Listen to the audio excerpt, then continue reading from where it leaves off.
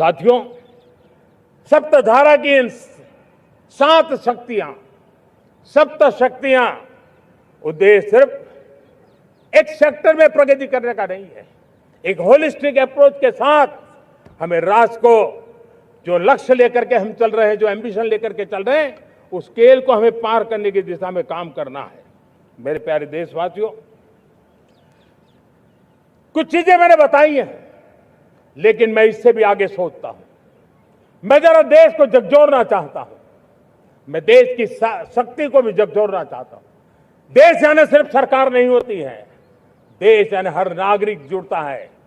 क्या हम सोच नहीं सकते कि फॉर्च्यून 500 की चर्चा तो बहुत सुनते हैं, आने वाले एक दशक में इन फॉर्च्यून 500 में 50 कंपनियां भारत की क्यों न हो, ये लक्ष्य हमारा क्यों न होना चाहिए।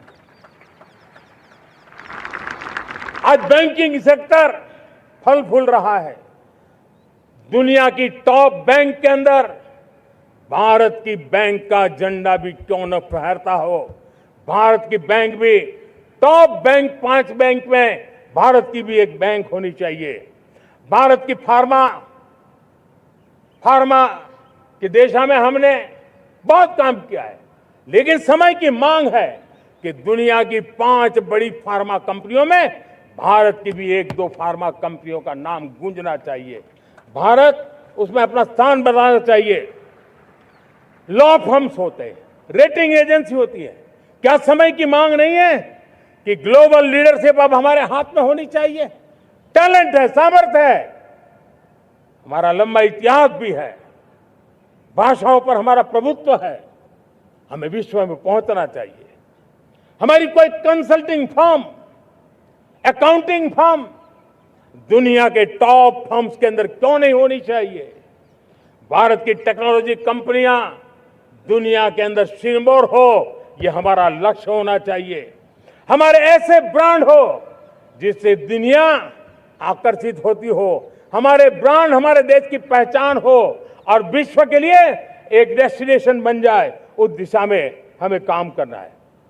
और इसके लिए मैं राज्य सरकारों को कहना चाहता हूं, मैं स्थानिक स्वराज की संस्थाओं को कहना चाहता हूं, भारत सरकार का भी यह दायित्व है कि हमें हमारे रिफॉर्म की गति बढ़ानी होगी।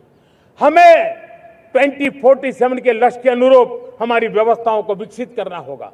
हमें बीते हुए काल के नीति नियमों से नहीं चल सकते, हमें आने वाले सपनों के हिसाब से नीति नियमों को गढ़ना होगा। और इसको अगर हम करेंगे तो मुझे पूरा विश्वास है और मैं देशवासियों को भरोसा देता हूं, इसी रास्ते मेहनत में कोई कमी न करते हुए हम विकसित भारत का सपना पार करके रहेंगे।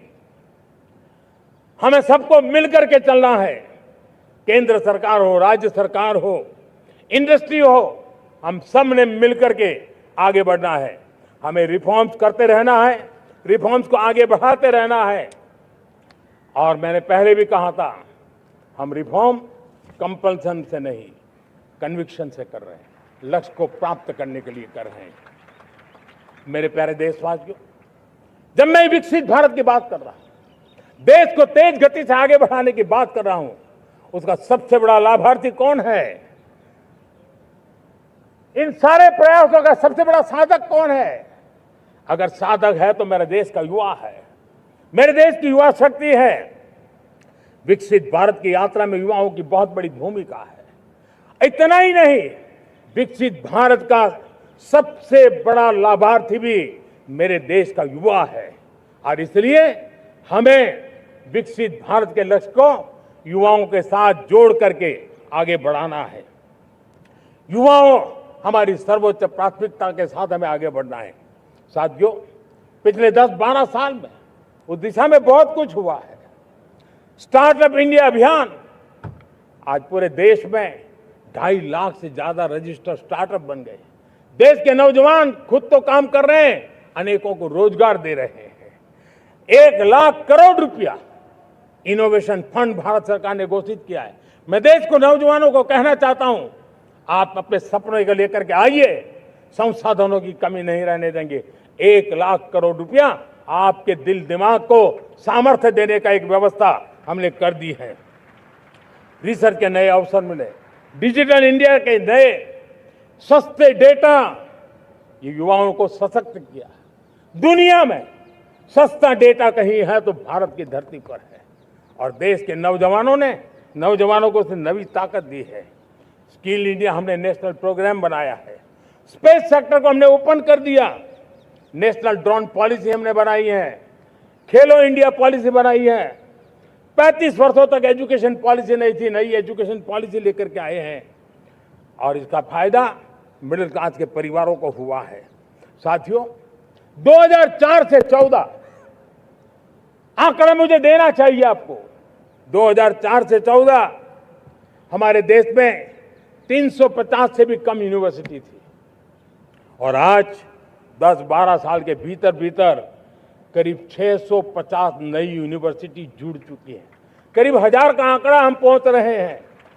2014 के पहले मेडिकल की सिर्फ 400 सीटें हुआ करती थी, आज करीब 850 सीटें मेडिकल की हो रही है। इतना ही नहीं, अब विदेशी यूनिवर्सिटी भी भारत की धरती पर आ रही है। भारत के अंदर विदेशी यूनिवर्सिटी की डिग्री मेरे नौजवान को मिले, इसका प्रबंध भी हो चुका है।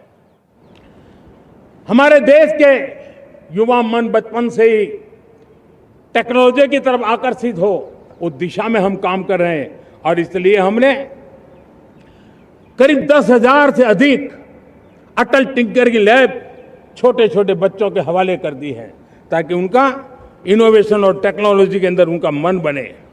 12 वर्ष युवा, हमने अनेक रास्ते खोले। हम स्टार्टअप ओपन कर दिया, आपने देखा होगा।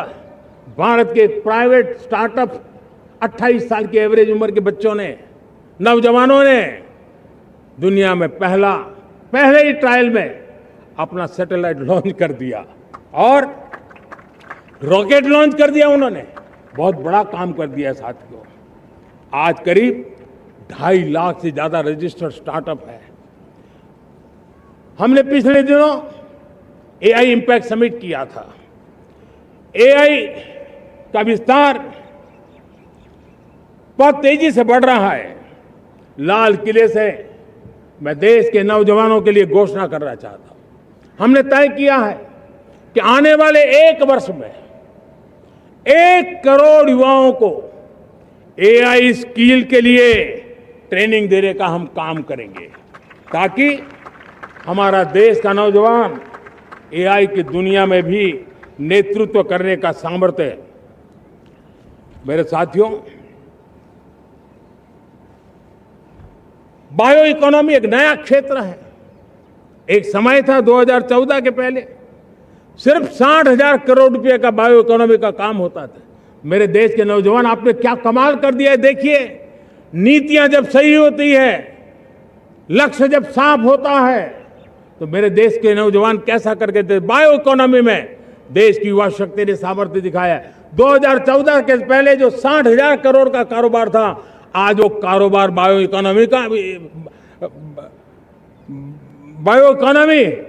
20 लाख करोड़ पहुंच चुकी है दोस्तों।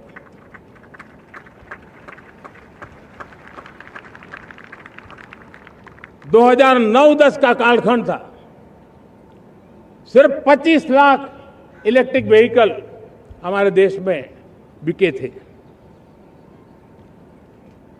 1.5 लाख इलेक्ट्रिक व्हीकल बिके थे 2009-10 में।